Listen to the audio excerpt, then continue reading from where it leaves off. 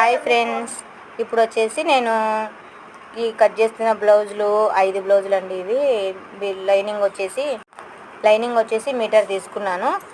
Lining వచ్చేసి metre, cloth వచ్చేసి 80 పాయింట్లు ఇచ్చారండి. వీళ్ళు 5 ఇట్లకి 80 పాయింట్లు ఇచ్చారు. అందుకనేసి నేను 80 పాయింట్తో బ్లౌజ్ ఎలా కుట్టాలి అనేసి, ఎలా కటింగ్ చేయాలనేసి నేను చూపిస్తున్నాను.